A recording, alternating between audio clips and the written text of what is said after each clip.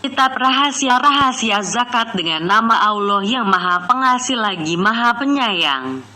Segala pujian bagi Allah yang menganugerahkan bahagia dan celaka, yang mematikan dan yang menghidupkan, yang mengadakan dan yang meniadakan, yang memiskinkan dan yang mengkayakan, yang mendatangkan melarat dan yang menganugerahkan, yang menjadikan hewan makhluk hidup dari setitik air yang amis sebagai mani. Kemudian Allah lah sendiri yang menjadikan makhluk dengan sifat Allah yang Maha Kaya. Kemudian, Dia yang menentukan sebahagian hambanya dengan keadaan yang lebih baik, maka dicurahkannya kepada mereka dari nikmat-nikmatnya, akan apa yang memudahkan bagi siapa yang dikehendakinya dan menjadi kaya, dan yang sangat memerlukan kepada hambanya yang memperoleh kelimpahan itu. Ialah orang-orang yang tidak berhasil memperoleh rezekinya dan yang bersusah payah sebagai pernyataan untuk ujian dan percobaan. Kemudian, Ia menjadikan zakat untuk agama adalah menjadi asas dan sendi, dan diterangkannya bahwa dengan kurnianya mendapat kesucianlah dari hamba-hambanya siapa-siapa yang memperoleh kesucian, dan dari kekayaannya memberikan zakat. Siapa yang memberikan zakat hartanya, selawat kepada Muhammad pilihan, penghulu manusia dan matahari petunjuk, dan kepada keluarga dan para sahabatnya yang ditentukan dengan ilmu dan takwa. Kemudian, Allah Ta'ala telah menjadikan zakat salah satu daripada sendi Islam, dan mengiringi menyebutkan zakat itu dengan salat yang menjadikan tanda yang setinggi-tingginya bagi Islam. Ia berfirman, "Dirikanlah salat dan bayarkanlah zakat." S2 Al-Baqarah ayat 43. Dan sabda Nabi SAW, "Didirikan Islam atas 5, mengaku tiada yang disembah dengan sebenar-benarnya selain Allah, mengaku bahwa Muhammad hambanya dan rasulnya, mendirikan salat dan membayarkan zakat." Allah Ta'ala menegaskan peringatan dengan ancaman terhadap orang-orang yang teledor dalam pembayaran zakat dengan firman-Nya, "Dan orang-orang yang menyimpan emas dan perak dan tidak mengeluarkannya pada jalan Allah, maka beritakanlah kepada mereka bahwa mereka akan mendapat siksa yang pedih." S9 At-Taubah ayat 34. Arti mengeluarkan pada jalan Allah, yaitu mengeluarkan hak zakat. Berkata Al-Ahnaf bin Qais, "Adalah aku dalam rombongan orang Quraisy, maka lalulah Abu Dzar seraya mengatakan, 'Kabarkanlah kepada orang-orang yang menyimpan harta tanpa mengeluarkan zakat bahwa mereka akan disiksa dengan ditusuk belakang mereka dengan besi panas. Yang besi panas itu akan keluar pada lembung mereka dan ditusuk pada kuduk tengkok mereka yang akan keluar dari dahi mereka.'" Dan pada riwayat lain tersebut bahwa besi panas itu diletakkan di atas pentil susu seseorang mereka, lalu ditusukkan, maka dikeluarkan dari tulang belikatnya, dan diletakkan di atas tulang belikatnya, lalu dikeluarkan dari pentil susunya dengan digerak-gerakan.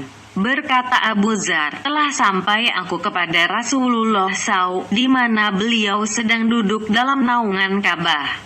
Tatkala beliau melihat aku, lalu bersabda, 'Mereka adalah sangat merugi demi Tuhan yang mempunyai Ka'bah ini.' Maka aku bertanya, 'Siapakah mereka?' Beliau menjawab, 'Mereka yang banyak hartanya, kecuali orang-orang yang mengatakan bahwa begini dan begini, dari hadapannya dan belakangnya, dari kanannya dan kirinya. Dan amat sedikitlah mereka yang seperti ini. Tidaklah dari orang yang mempunyai unta, sapi dan kambing yang tidak membayarkan zakatnya, melainkan binatang ternak itu datang pada hari kiamat dalam keadaan yang lebih besar dan gemuk lagi, menanduk orang yang mempunyainya dengan tanduk-tanduknya dan memijakannya dengan kakinya. Setelah selesai yang penghabisan, maka datanglah yang permulaan, sehingga selesailah dihukum di antara manusia. Apabila ketegasan ini dikeluarkan dalam dua kitab sahih, Sahih Al-Bukhari dan Sahih Muslim, maka menjadi sebahagian yang terpenting dari agama. Membuka segala kunci rahasia dari zakat dan syarat-syaratnya, yang terang dan yang tersembunyi, segala pengertiannya, yang zahir dan yang batin. Serta diringkaskan kepada yang harus diketahui oleh orang-orang yang membayar zakat dan yang menerimanya. Untuk menyingkapkan yang demikian itu, terbentang dalam 4 pasal. Pasal pertama, tentang segala macam zakat dan sebab-sebab wajibnya. Pasal kedua tentang segala adab dan syarat-syaratnya, yang batin dan yang zahir. Pasal ketiga tentang orang yang menerima syarat-syarat berhak zakat dan segala adab menerimanya. Pasal keempat tentang sedekah sunat dan keutamaannya. Pasal pertama tentang segala macam zakat dan sebab-sebab wajibnya. Dipandang kepada yang bersangkutan dengan zakat itu, ada 6 bahagian. 1. Zakat binatang ternak. 2. Zakat emas dan perak. 3. Zakat tijarah, perniagaan. 4. Zakat rikas, emas dan perak yang diperoleh dari simpanan orang-orang dahulu, dan madin, emas dan perak yang dikeluarkan dari pertambangannya. 5. Zakat harta yang diberikan 1/10 daripadanya untuk zakat al-muwasyi syarat. 6. Zakat fitrah. Bahagian pertama, zakat binatang ternak. Tidak diwajibkan zakat ini dan lainnya kecuali atas orang merdeka, bukan budak dan muslim. Dan tidak disyaratkan balik dewasa. Bahkan diwajibkan zakat pada harta anak-anak dan orang gila. Inilah syaratnya orang yang dikenakan zakat. Mengenai harta dari sebahagian pertama ini yang dikenakan zakat, maka syaratnya 5. 1. Binatang ternak. 2. Digembalakan. 3. Cukup setahun dalam miliknya. 4. Sempurna nisyabnya. 5. Sempurna miliknya. Syarat pertama adalah binatang itu binatang ternak, maka tak kena zakat. Selain pada unta, kerbau, sapi, kambing dan biri-biri, kibasi, kuda, bagal, keledai dan anak binatang yang terjadi di antara rusa dan kambing, tidak kena zakat padanya. Syarat kedua, digembalakan di lapangan rumput, maka tidak kena zakat pada binatang ternak yang diberi umpan. Apabila binatang ternak itu pada suatu waktu digembalakan dan pada waktu yang lain diberi umpan yang kelihatan besar perongkosannya, maka tidak dikenakan zakat. Syarat ketiga, cukup setahun dalam miliknya. Bersabda Nabi SAW, tidak diwajibkan zakat pada harta sehingga sampailah setahun padanya, dan dikecualikan dari ini akan hasil harta binatang itu beranak dalam pertengahan tahun, maka menjuruslah hukum harta kepadanya. Maka wajiblah zakat pada anak hewan itu karena tahun induknya. Kalau hewan itu dijual atau diberikan pada pertengahan tahun, niscaya putuslah tahunnya. Syarat keempat, sempurna milik dan urusannya pada hewan itu. Maka wajiblah zakat pada hewan yang digadaikan, karena harta itu dalam keadaan dipertaruhkan dalam tanggungannya. Tetapi tidak wajib zakat pada binatang ternak yang hilang dan yang dirampas orang, kecuali apabila kembali lagi ke dalam tangannya dengan segala tambahannya. Maka wajiblah zakat pada masa yang lampau ketika kembalinya. Kalau ada hutang yang menghabiskan semua hartanya, maka tidaklah wajib zakat pada harta itu, karena tidaklah ia dinamakan orang kaya. Karena orang kaya ialah orang yang berkelebihan dari yang diperlukan. Syarat kelima, sempurna nisyabnya. Maka pada unta tidak diwajibkan zakat sebelum sampai banyaknya 5 ekor. Pada 5 ekor, zakatnya seekor biri-biri yang umurnya setahun dan masuk pada tahun kedua, atau seekor kambing yang umurnya 2 tahun dan masuk pada tahun ketiga. Pada 10 ekor unta, zakatnya 2 ekor biri-biri atau kambing. Pada 15 ekor, zakatnya 3 ekor biri-biri atau kambing. Pada 20 ekor, zakatnya 4 ekor biri-biri atau kambing. Pada 25 ekor, zakatnya seekor unta betina, yang umurnya setahun dan masuk pada tahun kedua, binti macadel. Kalau tak ada binti macadel, maka boleh diserahkan Ibnu Labun, yaitu anak unta jantan, yang umurnya masuk pada tahun ketiga. Walaupun si pemberi zakat itu sanggup membeli binti macadel, pada 36 ekor, zakatnya seekor binti labun, seekor unta betina, yang umurnya 2 tahun dan masuk pada tahun ketiga. Pada 46 ekor, zakatnya seekor hikah, yaitu unta betina, yang umurnya 3 tahun, dan masuk pada tahun keempat. Pada 61 ekor, zakatnya seekor jizah, yaitu unta betina, yang umurnya 4 tahun dan masuk pada tahun kelima. Pada 76 ekor, zakatnya 2 ekor binti labun. Pada 91 ekor, zakatnya 2 ekor hikah. Pada 121 ekor, zakatnya 3 ekor binti labun. Apabila jumlahnya telah sampai kepada 130 ekor, maka tetaplah perhitungannya dengan cara tiap-tiap 50 ekor unta, zakatnya seekor hikah, dan tiap-tiap 40 ekor, zakatnya seekor binti labun. Mengenai sapi atau kerbau, tidak diwajibkan zakat sebelum sampai jumlahnya 30 ekor. Pada 30 ekor sapi atau kerbau, zakatnya seekor tabib, yaitu seekor anak sapi atau kerbau jantan, yang umurnya setahun dan masuk pada tahun kedua. Pada 40 ekor, zakatnya seekor musinah, yaitu seekor anak sapi atau anak kerbau betina, yang umurnya 2 tahun dan masuk pada tahun ketiga. Kemudian, pada 60 ekor, zakatnya 2 ekor tabi. Dan tetaplah perhitungan sesudah itu dengan cara pada tiap-tiap 40 ekor sapi atau kerbau, zakatnya seekor musina, dan pada tiap-tiap 30 ekor, zakatnya seekor tabi. Mengenai kambing atau biri-biri kibasi, tidak diwajibkan zakat sebelum sampai jumlahnya 40 ekor. Pada 40 ekor daripadanya, zakatnya seekor biri-biri kibasi atau seekor kambing. Kemudian tiada bertambah pembayaran sampai kepada jumlahnya 121 ekor.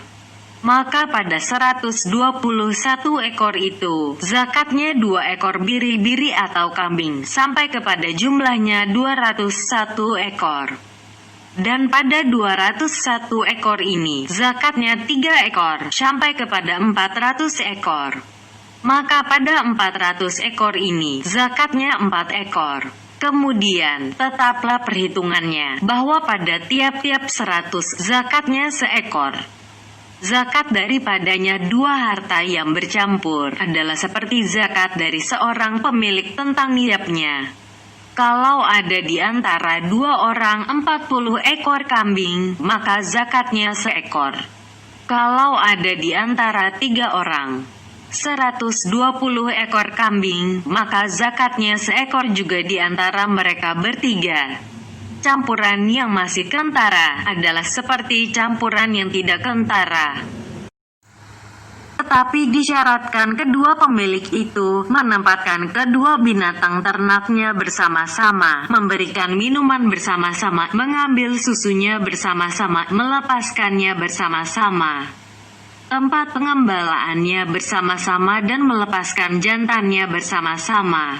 Dan kedua pemilik itu adalah dari orang yang diwajibkan zakat. Dari itu, tidak dihukum campuran bersama zimmi, orang bukan Islam, yang bernaung di bawah pemerintahan Islam, dan mukatab, budak yang berusaha menebuskan dirinya dari tuannya. Manakala pada zakat yang wajib dikeluarkan dari unta berkurang umurnya dari tahun yang ditentukan, maka dibolehkan, asal tidak berkurang umurnya dari binti macadel. Dan untuk kekurangan itu digantikan dengan 2 ekor kambing atau 20 dirham. Kalau kekurangan umur itu setahun dari tahun yang ditentukan, dan dengan 4 ekor kambing atau 40 dirham, kalau kekurangan umur itu 2 tahun.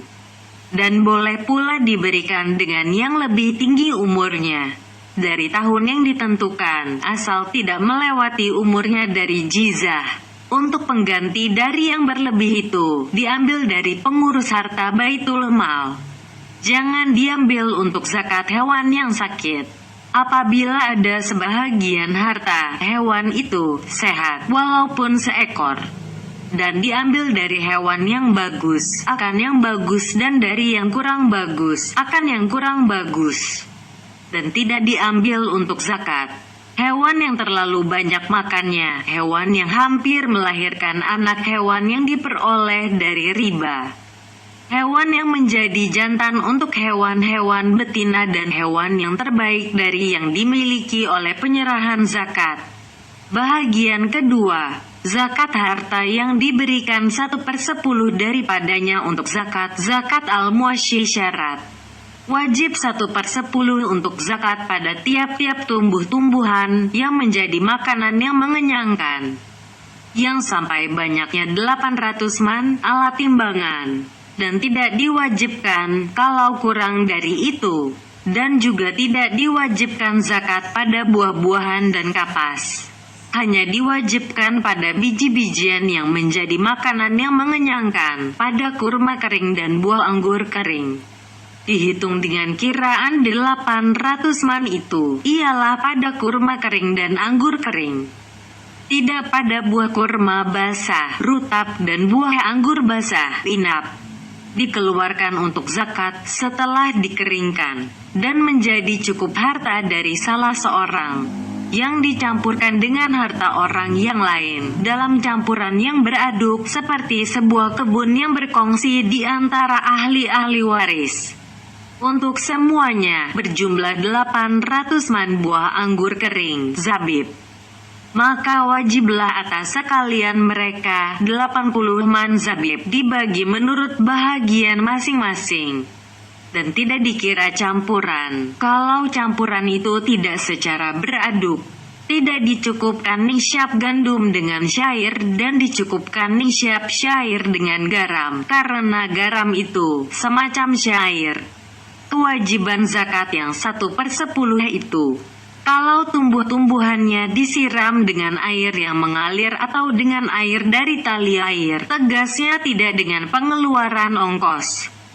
Kalau tumbuh-tumbuhannya disirami dengan air yang diangkut atau dengan kincir air, tegasnya dengan perongkosan, maka diwajibkan untuk zakat 1/20 daripadanya. Kalau dengan kedua-duanya, yakni dengan perongkosan dan dengan tanpa perongkosan, maka dikira dengan yang lebih banyak. Adapun sifat dari yang wajib diserahkan untuk zakat itu, ialah kurma, anggur, dan biji-bijian, seperti padi, yang kesemuanya itu sudah kering setelah dibersihkan, dan tidak diambil untuk zakat buah kurma dan buah anggur yang masih basah, kecuali datang penyakit kepada pohon-pohon itu dan lebih baik dipetik sebelum sempurna masaknya. Maka diambilkan yang masih basah untuk zakat, yaitu disukat 9 bagian untuk si pemilik dan 1 bagian untuk fakir miskin. Dan tidak terlarang dari pembagian ini oleh kata kita bahwa pembagian itu adalah penjualan. Bahkan yang seperti itu diperbolehkan karena perlu waktu. Yang menentukan wajibnya zakat al-muasysyarat ialah ketika kelihatan baik pada buah-buahan dan keras bijinya, dan waktu penyerahan zakatnya ialah setelah kering. Bahagian ketiga tentang zakat emas dan perak. Apabila telah cukup setahun dalam milik si pemilik yang memiliki seberat 200 dirham dengan timbangan makah perak murni, maka zakatnya 5 dirham, yaitu 1/40 daripadanya, 2,5%. Yang lebih dari itu, maka dikira menurut itu juga walaupun lebih sedirham. Nisyab emas, yaitu 20 mitskol emas murni dengan timbangan makah. Zakatnya 1/40 daripadanya, Yang lebih dari itu, maka dikira menurut lebihnya. Kalau berkurang dari niab yang tersebut di atas, walaupun seberat biji yang kecil, maka tidak dikenakan zakat. Dan diwajibkan zakat atas orang yang mempunyai dirham campuran, apabila ada padanya perak murni sebanyak yang tersebut di atas. Dan diwajibkan zakat pada emas terurai dan pada perhiasan emas atau perak yang terlarang, seperti tempat air dari emas dan perak dan kendaraan emas bagi laki-laki. Dan tidak diwajibkan zakat pada perhiasan yang dibolehkan. Dan wajib zakatnya pada hutang, di mana yang berhutang itu adalah orang kaya yang mampu membayar hutangnya. Tetapi kewajiban zakatnya adalah ketika dilunaskan. Kalau hutang itu belum tiba waktu pembayarannya, maka tidak wajib zakatnya, kecuali ketika telah sampai waktu pembayarannya. Bahagian keempat, zakat perniagaan. Zakat perniagaan adalah seperti zakat emas dan perak. Dan dihitung tahunnya dari sejak dimiliki uang modal pembeli barang yang diperniagakan, kalau uang itu sampai nisyab. Kalau kurang dari nisyab atau dibeli dengan benda dengan diniatkan perniagaan, maka tahunnya dikira dari waktu pembelian. Zakat itu dibayar dengan uang dari negeri yang bersangkutan dan dengan uang itulah barang perniagaan itu dinilai. Kalau barang perniagaan itu dibeli dengan suatu uang dan uang itu cukup niabnya, maka barang perniagaan itu lebih utama dinilai dengan uang tadi, daripada dengan uang dari negeri yang bersangkutan. Kalau diniatkan berniaga dari harta yang disimpan, maka tidaklah dikira tahunnya dengan semata-mata niat sebelum dibeli sesuatu dengan uang itu. Manakala niat berniaga itu dibatalkan sebelum cukup tahunnya, niscaya gugurlah zakat. Dan yang lebih utama, zakat tahun itu dilunaskan. Laba yang diperoleh dari barang perniagaan pada akhir tahun wajiblah dizakati menurut tahun modal dan tidak untuk laba itu dimulai dengan tahunnya sendiri, seperti anak-anak binatang ternak menurut tahun induknya. Uang yang dipertukarkan tidak putus tahunnya dengan pertukaran yang berlaku di antara pemilik-pemilik uang itu, seperti perniagaan-perniagaan yang lain. Dan zakat dari keuntungan harta berdua laba adalah atas si pekerja, walaupun keuntungan itu belum dibagi. Inilah yang lebih sesuai menurut kias. Bahagian kelima, zakat emas dan perak yang diperoleh dari simpanan orang-orang dahulu, rikas, dan yang diperoleh dari tambangnya, madin. Rikas ialah harta yang ditanam di dalam tanah pada masa jahiliyah dan diperoleh pada tanah yang belum berlaku milik seseorang padanya dalam Islam. Maka wajiblah atas orang yang memperoleh emas dan perak dari rikas harta karun itu 1/5 untuk zakat. Dan tahun tidak dikira, dan yang lebih utama niabnya pun tidak dikira, karena diwajibkan 1/5 itu menguatkan tentang keserupaannya dengan harta rampasan perang ganimah, dan mengira nisyabnya pun tidak jauh daripada kebenaran, karena penyerahannya adalah sama dengan penyerahan zakat. Dari itu, dikhususkan rikas harta karun menurut paham yang lebih kuat Asy-Syafi'i kepada emas dan perak saja. Adapun madin diperoleh dari tambang, maka apa yang dikeluarkan dari tambang tidak dikenakan zakat selain emas dan perak. Zakatnya setelah dihancurkan dan dibersihkan ialah 1/42,5%. Menurut pendapat yang terkuat dari dua pendapat, dan berdasarkan ini nisyabnya diperhitungkan. Mengenai kiraan tahunnya, terdapat dua pendapat. Menurut suatu pendapat, diwajibkan 1/5 dari madin diperoleh dari tambang itu untuk zakat. Dan berdasarkan kepada pendapat ini, tahunnya tidak diperkirakan. Mengenai niabnya, terdapat dua pendapat. Yang terkuat di antara kedua pendapat ini, ilmu yang sebenarnya adalah pada sisi Allah Ta'ala ialah dihubungkan tentang batas wajibnya dengan zakat berniagaan. Karena hasil barang pertambangan itu adalah semacam perusahaan, dan mengenai kiraan tahunnya dihubungkan dengan zakat harta yang diberikan 1/10 daripadanya untuk zakat al-muashi syarat. Dari itu tahunnya tidak dikira, tegasnya tidak disyaratkan cukup setahun. Karena madin diperoleh dari tambang, itu adalah benda yang diambil manfaatnya pada benda itu sendiri. Dan nisyabnya dipandang seperti pada al-muashi syarat, yang lebih terpelihara dari kesangsian, mengingat perbedaan-perbedaan pendapat di antara para alim ulama ialah supaya dikeluarkan 1/5 dari madin diperoleh dari tambang itu untuk zakat, tanpa diperhitungkan sedikitnya dan banyaknya, dan tanpa diperhatikan pula benda dari madin diperoleh dari tambang itu, baik ia emas dan perak atau lainnya, supaya terlepas dari kesangsian dengan perbedaan-perbedaan pendapat itu.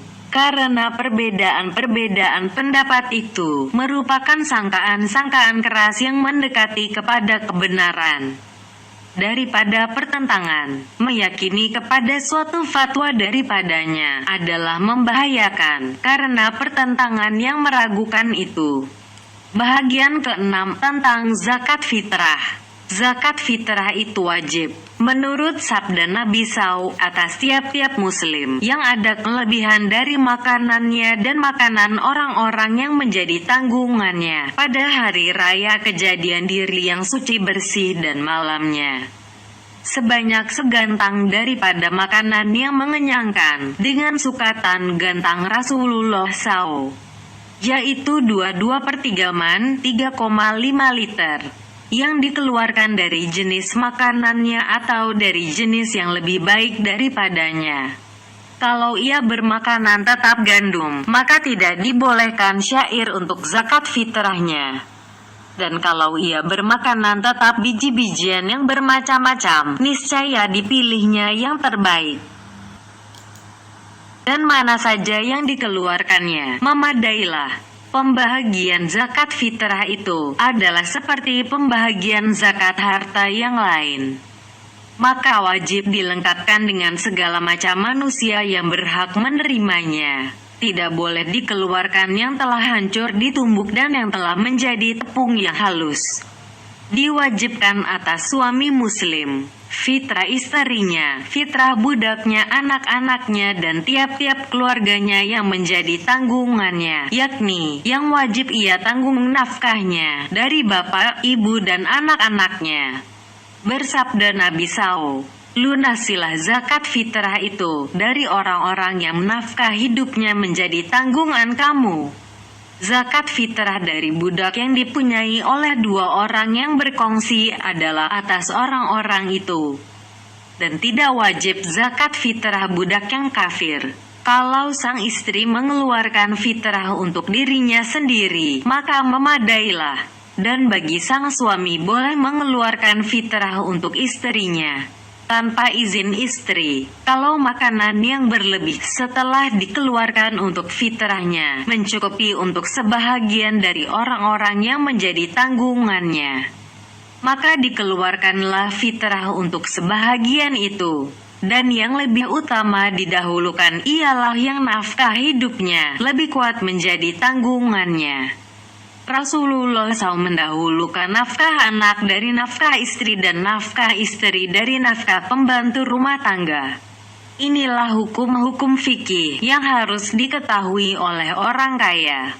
Dan kadang-kadang terjadi beberapa peristiwa yang jarang terjadi di luar dari ini, maka dapatlah ia berpegang kepada fatwa ketika terjadi, sesudah memahami sekedar yang penting ini. Pasal kedua, tentang menunaikan zakat, syarat-syaratnya yang batin dan yang zahir. Ketahuilah bahwa wajiblah atas orang yang menunaikan zakat menjaga 5 perkara. Pertama, niat, yaitu berniat dengan hati. menunaikan zakat fardu, dan disunatkan menentukan harta yang dikeluarkan zakatnya. Kalau ada hartanya yang jauh, lalu dikatakannya, ini dari hartaku yang jauh kalau ia selamat. Kalau tidak, maka menjadi sedekah sunat. Maka bolehlah yang demikian, karena walaupun tidak ditegaskannya yang demikian, hasilnya begitu juga kalau disebutkannya secara umum. Niat dari wali yang mengeluarkan zakat dari harta orang gila dan anak-anak yang berada di bawah asuhannya adalah berkedudukan seperti niat orang gila dan anak itu sendiri. Dan niat dari sultan, penguasa, adalah berkedudukan seperti niat si pemilik yang tidak mau mengeluarkan zakatnya. Tetapi itu adalah dalam pandangan hukum duniawi, yakni mengenai tidak dituntut lagi di dunia ini. Adapun di akhirat tidak, tetapi tetaplah dalam tanggungannya sampai ia mengeluarkan kembali zakat itu. Kalau diwakilkan kepada orang lain untuk menunaikan zakatnya dan diniatkannya ketika diwakilkan itu atau diwakilkannya kepada wakil itu untuk meniatkannya, maka mencukupilah yang demikian. Karena mewakilkan dengan niat itu, sudah niat namanya. Kedua, menyegerakan sesudah sampai tahunnya. Dan pada zakat fitrah, tidak diperlambatkan daripada hari raya fitrah. Dan masuk waktu wajibnya dengan terbenam matahari dari hari yang penghabisan dari bulan Ramadhan. Dan waktu menyegerakannya ialah dalam bulan Ramadhan itu seluruhnya. Orang yang memperlambatkan zakat hartanya, serta ada kemungkinan untuk itu, artinya, tak ada halangan apa-apa, maka durhakalah ia kepada Tuhan dan tak terhapus kewajiban itu lagi. Dengan hilang hartanya, kemungkinan mengeluarkan zakat itu ialah dengan memperoleh orang yang berhak menerima zakat. Kalau diperlambatkannya karena tidak ada orang yang berhak menerimanya, lalu hilanglah hartanya, maka gugurlah zakat daripadanya. Menyegerakan zakat dibolehkan dengan syarat bahwa hal itu terjadi setelah cukup niatnya dan berjalan tahunnya. Dan boleh menyegerakan zakat 2 tahun. Manakala zakat itu disegerakan, lalu mati orang miskin yang menerimanya sebelum cukup tahunnya, atau ia murtad, atau ia menjadi kaya dengan harta yang lain dari zakat yang disegerakan itu, atau ia mati, maka harta yang diserahkan itu tidaklah menjadi zakat. Dan memintanya kembali tidak mungkin, kecuali apabila disyaratkan meminta kembali waktu diserahkan dahulu. Maka dalam hal ini, hendaklah orang yang menyegerakan itu memperhatikan akhir urusan dan keselamatan kesudahan. Ketiga, bahwa tidak dikeluarkan benda lain sebagai gantinya dengan menghitung nilainya, tetapi dikeluarkan benda yang dikenakan zakat padanya. Maka tidak memadai perak dari zakat emas dan emas dari zakat perak, walaupun nilainya berlebih daripada perak. Mungkin sebahagian orang tidak memahami maksud Asy-Syafi'iyah yang mempermudahkan tentang itu dan menitik beratkan kepada tujuan untuk memenuhi kepentingan. Alangkah jauhnya dari berhasil. Karena memenuhi kepentingan itu adalah suatu tujuan dan tidaklah ia menjadi seluruh tujuan. Tetapi kewajiban syariat agamanya adalah 3 bahagian. Bahagian pertama adalah ibadah semata-mata. Tak masuk padanya keuntungan dan maksud-maksud tertentu. Umpamanya melemparkan jamrah pada ibadah haji, karena tak ada keuntungan bagi jamrah pada sampainya batu kepadanya. Maksud syariat agama mengenai pelemparan batu itu ialah menguji dengan perbuatan, supaya hamba itu melahirkan kehambaan dan perhambaannya dengan suatu perbuatan yang tidak dipahami maksudnya. Karena apa yang dipahami maksudnya kadang-kadang ditolong dan didorong oleh tabiat kepada perbuatan itu, maka tidak menampak ikhlas kehambaan dan perhambaan. Karena perhambaan itu menampak dengan gerak untuk melaksanakan perintah yang disembah al-ma'bud saja, tidak untuk suatu maksud yang lain. Dan sebahagian besar amal perbuatan ibadah haji adalah demikian. Dari itu, Nabi SAW membaca pada ihramnya, "Aku terima panggilan engkau dengan haji dengan sebenar-benarnya beribadah dan kehambaan kepadamu." Sebagai peringatan bahwa itu adalah untuk melahirkan perhambaan dengan mematuhi karena perintah dan mengikuti perintah semata-mata sebagaimana diperintahkan tanpa penjinakan akal pikiran kepadanya. Dengan tertarik dan tergerak pikiran itu kepadanya. Bahagian kedua di antara kewajiban yang diwajibkan agama tidaklah dimaksudkan daripadanya suatu keuntungan yang dapat dipahami dan tidak pula dimaksudkan suatu peribadatan kepada Allah. Seperti melunaskan utang dari seseorang dan mengembalikan barang yang dirampasnya. Maka tidak ragulah kiranya bahwa dalam hal tadi tidak dipandang perbuatan dan niatnya. Dan manakala sampailah hak itu kepada yang berhak dengan mengambil haknya atau digantikan dengan yang lain dengan persetujuan dari yang berhak, maka terlaksanalah kewajiban itu dan selesailah tuntutan agama. Inilah dua bahagian yang tidak ada susunan padanya, di mana sekalian manusia dapat memahaminya. Bahagian ketiga, yaitu yang tersusun, yang dimaksudkan padanya dua perkara bersama-sama, yakni keuntungan bagi hamba dan percobaan bagi seorang mukallaf diberati hukum dengan memperhambakan diri.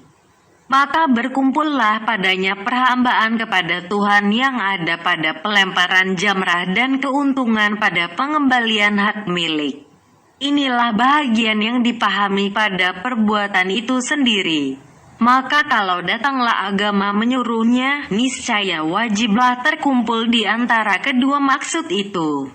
Dan tidaklah seyogyanya dilupakan arti yang terhalus daripada keduanya, yaitu memperhambakan dan memperbudakkan diri kepada Allah, disebabkan nyata benar keduanya. Dan arti yang terhalus itulah yang terpenting. Dan zakat adalah termasuk golongan ini, di mana tak ada yang menyadarinya selain Imam Syafi'i. Maka keuntungan bagi orang fakir adalah dimaksudkan pada memenuhi hajat keperluannya. Dan itu jelas dan lekas dipahami. Tentang perhambaan kepada Allah dengan zakat, dengan mengikuti segala perinciannya, adalah maksud dari agama. Dan dengan memperhatikannya, jadilah zakat itu teman bagi salat dan haji. Tentang adanya sebahagian dari sendi-sendi Islam, dan tak ragulah kiranya bahwa seorang mukallaf itu sukar membedakan segala jenis hartanya dan mengeluarkan bagian tiap-tiap harta mengenai macamnya, jenis dan sifatnya. Kemudian membagi-bagikannya kepada golongan 8 yang berhak menerima zakat, sebagaimana akan diterangkan nanti. Dan mempermudah-mudahkan dalam hal itu adalah tidak mencederakan terhadap keuntungan orang fakir, tetapi mencederakan terhadap perhambaan kepada Allah. Dan dibuktikan bahwa memperhambakan diri kepadanya, ta'abbud itu dimaksudkan dengan menentukan bermacam-macam oleh beberapa perkara yang telah kami sebutkan dalam kitab-kitab yang menerangkan bermacam-macam pendapat dari masalah-masalah fikih. Sebahagian yang amat jelas daripadanya ialah bahwa agama mewajibkan dalam 5 ekor unta, seekor kambing. Agama itu berpaling dari unta kepada kambing dan tidak berpaling kepada emas dan perak dan menilaikannya. Kalau diumpamakan bahwa yang demikian itu karena sedikitnya mata uang pada tangan orang-orang Arab, maka yang demikian itu menjadi batal dengan diperbolehkan 20 dirham pada penempelan dari kekurangan bersama dengan 2 ekor kambing. Maka mengapakah tidak disebutkan pada penempelan itu sekedar yang kurang dari nilainya? Mengapakah ditentukan dengan 20 dirham dan 2 ekor kambing? Sedangkan kain dan semua barang adalah mengandung satu maksud dengan itu, apa yang disebutkan tadi dan segala ketentuan yang seumpama dengan dia menunjukkan bahwa zakat tidaklah dibiarkan terlepas daripada perhambaan kepada Allah sebagaimana pada haji, tetapi dikumpulkan di antara kedua maksud, dan jiwa yang lemah tak sanggup memahami segala susunan, dan disitulah terletaknya kesalahan.